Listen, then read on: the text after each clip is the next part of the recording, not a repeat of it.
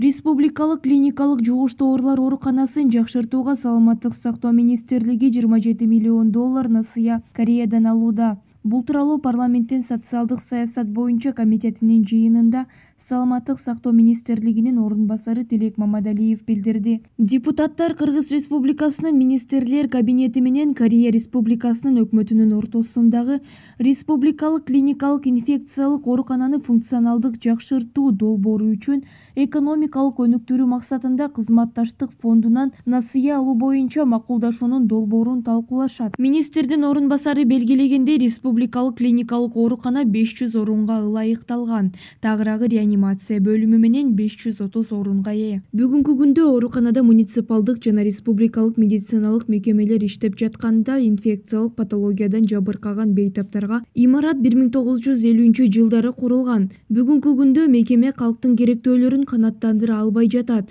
Бул ар кандай оорулардын көбөйүшүнө жана жугуштуу оорулардын жайылышына алып келет. Келишимге ылайык Кореянын экспорттук импорттук банкы тарабынан Кыргыз өкмөтүнө 27 миллион насыя 40 жылга берилет, деди Тилек Мамадалиев. Министрдин орун басары белгилегендей, акча каражат 130 орундук кошумча корпус курууга, заманбап жабдуулар менен жабдууга, оорукананын маалыматтык системасын түзүүгө, медперсоналдарды окутууга жана долбоордун алкагындагы консультациялык кызматтарга жумшалат.